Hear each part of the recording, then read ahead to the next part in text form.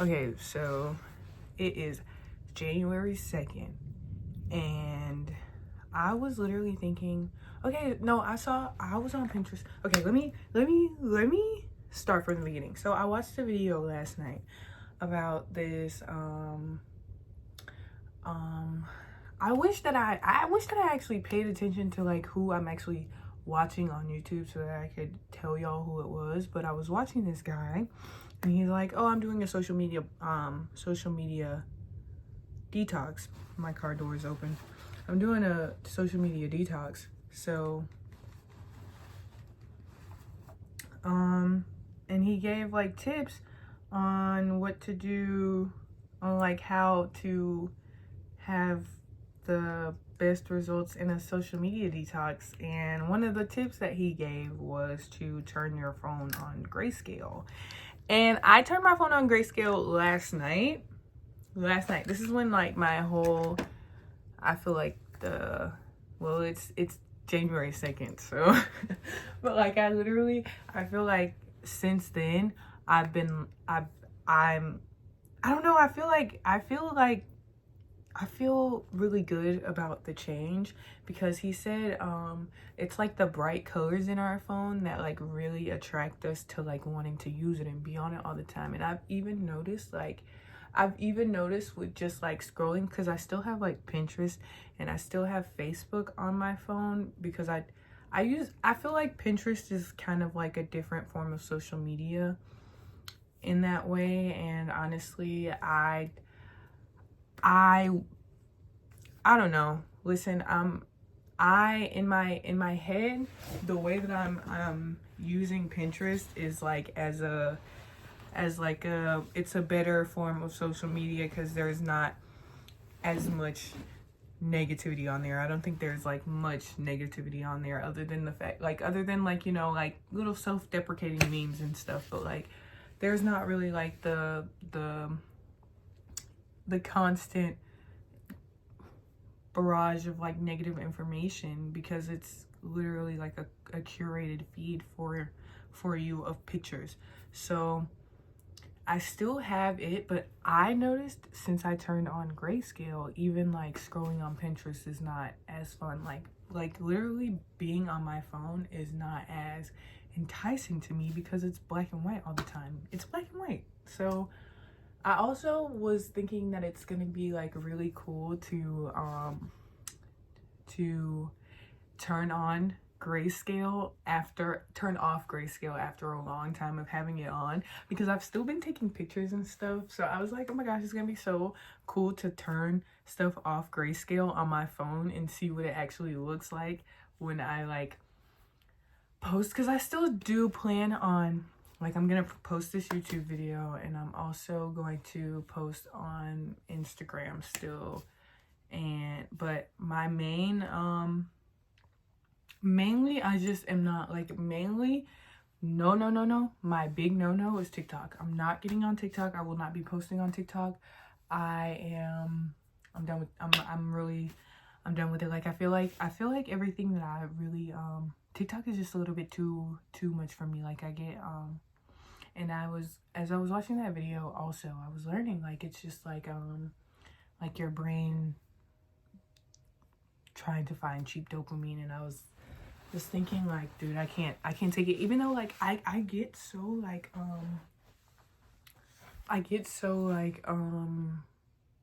overstimulated by being on it. Like sometimes I'll just like be on TikTok and I won't even like watch most of the videos. Like I'm just scrolling, trying to see like, I scroll past like 6 videos trying to see something that I think is gonna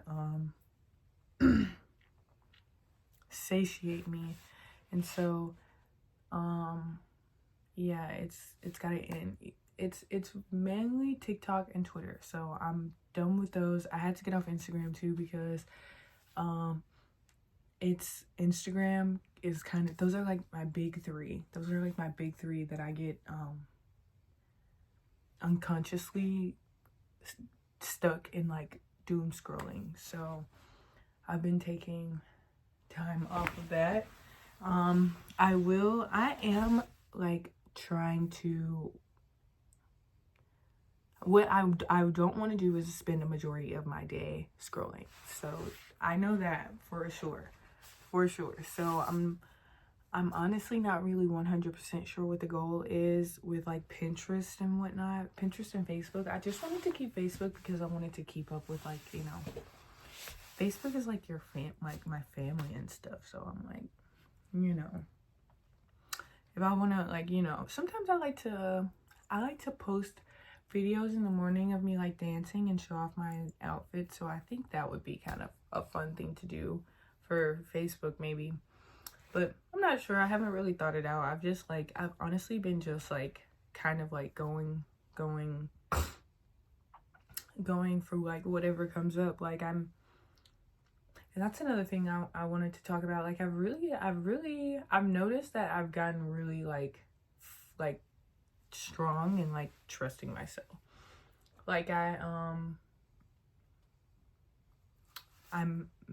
feel like I make decisions a lot easier. I'm gonna be 24 in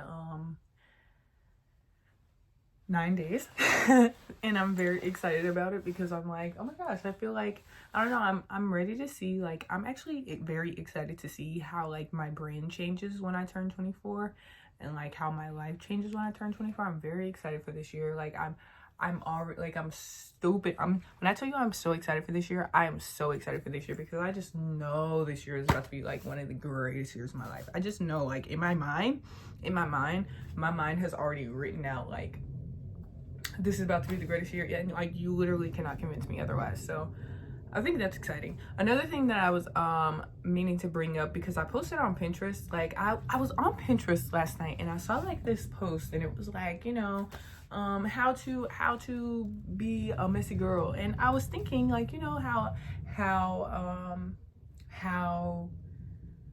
2023, 2022, it might have been 2022, 2023 had like this clean girl aesthetic. I was thinking like, okay, I completely get the clean girl aesthetic, but I am like not the clean girl aesthetic. And I don't know why it never popped into my mind before I even saw that post, but like I was like, I'm so fully a messy girl aesthetic. Like I love, like, you know, I'm very big into like, you know, I love grunge. I love like the McBling. I love like very street style. I don't know if you would really call it street style, but like I'm such a, I mean, I feel like I don't know. When I think of street style, I think of like, you know, Black people. So that's why I said street style. But I'm like, okay, I feel like if I wouldn't really know much about streetwear because I don't be in the streets. But like I feel like that's kind of what I'm going for as well. But I was really like that is such a good description for it, because I've really been like kind of leaning into like this, you know, rock star chic, you know, very like rock star, the glamour of it, the dark,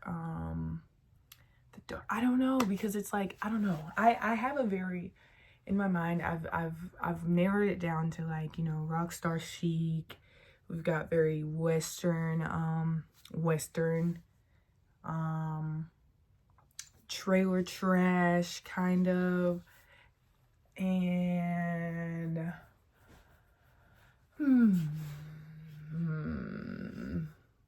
I guess you could say like biker, like, cause like biker. I don't know. Like honestly, it's like boom. It's just like a bunch of circles, Venn diagram type deal. And like I'm in the midst of all of those circles there. That's what my style is. Like I literally feel like, you know, it's very me. Like I feel like it's very me. And I also, that's another thing that I really wanted to become like more solid in. Like I feel like as I take the attention off of my phone, I can place the attention back on like me and the world around me, because I'm like, I feel like I'm always like, I feel like the scrolling in general was always just like, oh my gosh, I need to see, oh my gosh, what big idea can I get from someone else, essentially? So I am wanting to take the reins back into my own hands and create the ideas myself, bring the ideas to the forefront of my mind. And honestly, I feel like even in just the time frame, the little bit of time frame that I've had my phone on grayscale, I noticed a huge difference already. And so back to the messy girl aesthetic, I was literally sitting and thinking, like, I think it's so cool because it's been a thought that I've been like formulating for a little bit, is like, how like I feel people will talk about it on the internet, and they'll call it like a cleanliness Olympics, but I feel like Black people have this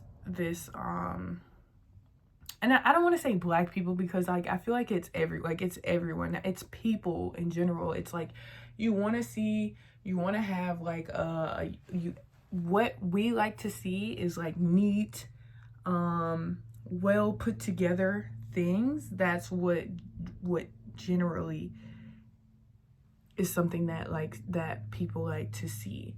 And so I think in leaning into having, I don't want to say having a lot of things, but not necessarily like having everything in a necessary order, could be a little bit fun for a bit. I think it could be a little bit fun for a bit. And I also think that it is pushing boundaries because like, I feel like, especially as a Black woman, like, sanitation is very like, being clean is something that's very important. I think cleanliness is very important, but I also think that when it comes to like this put together aspect, I feel like, I feel like it's more so like looked down upon when, you know what, I'm really trying to not box myself into like, I try not to box myself into like being a Black girl. I mean, that's what I present as in the world. If you see me, you're gonna see a young Black woman. So, but I also try not to say like, oh, like, well, I can only do this because I'm Black, and I can only, like, these are the societal rules that I have to follow because I'm a Black woman. And I also don't want to place those societal rules on other Black people as well. But I'm just saying in general, it's a bit better. People are a lot more accepting of Black people who look well put together. And I like being me. I like being me. I like expressing myself in the way that I want to express myself. So I think that it could be fun to lean into not really caring how other people perceive me, look, like how other people see, like, I feel that it could be fun seeing how I can, I don't know, I don't want to say change the way people perceive me, because like honestly what my goal is to genuinely be okay with being perceived and with not being perceived. I want to be okay with being so me radically. And like honestly, I had a lot of fun last year. I really did have a lot of fun last year, but like honestly, it was very stressful. It was a very stressful year for me, and I feel like that's why I have a lot of hope for this year, is because like for the past 3 years, if we're being honest, for the past 3 years, like since 2020, my life was, well, I guess 2020, my life was kind of like, that was like, I will say 2020 was kind of like one of my like I don't want to say peak years, because like, but I will say it was a really good year in my life. It was like one of the last like years that I can remember fondly. And as I say that, I sit and think like, honestly, I can remember, when I look back at most years, I remember them fondly. So I think like, as time passes, you start to just really reflect on, I don't know, because it could be different for everybody, but like I feel like as time passes for me, like stuff really just stops mattering anyways. And I'm like, I feel like I don't know, because that's just the way that I am. Like, as time passes, I'm like, okay, life goes on.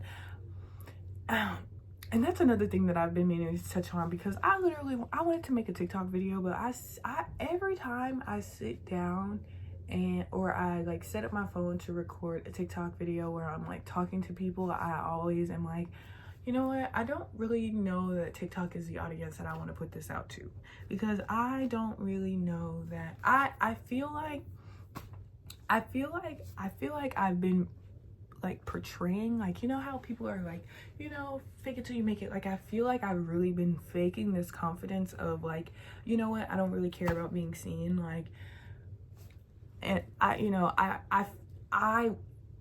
want to say I feel like I fully was, like, in my mind I knew, baby, I am not actually this confident. Like, as I was doing things, like, I can feel my heart racing, and like even now as I talk to you guys, like, there are so many things that I did last year that I was like, oh, why did I do that? Why, like, literally, why did I do that, other than the fact that I was just like, I can, and I did. So I'm like, but I mention that because I think that those moments when I was just like, well, why did I do that? And I tell myself, well, you did it just because you could do it. That has built my confidence into being able to just like make decisions very quickly, and also have like genuinely real confidence. Like, but I also understand that I had been like, as I sat up my phone and tried to talk to people on TikTok, as I tried to create videos on TikTok of me talking, and I was just like sitting and thinking like, I don't really think TikTok is the audience for this. I realized it's not that TikTok is not the right audience. It's the fact that like I'm not prepared for an actual audience on TikTok. And let me bring this up. I actually don't think that I don't know, because I can't say for sure what will happen, but like, I don't think that I'm actually really prepared for, well, listen, so when I was on TikTok, like, I comment and stuff, but I'm not the type to argue online, even though I joke about it and be like, you know, interesting question. Even though I joke about it, why would she say interesting question and then I answer it? Okay, girl, crazy.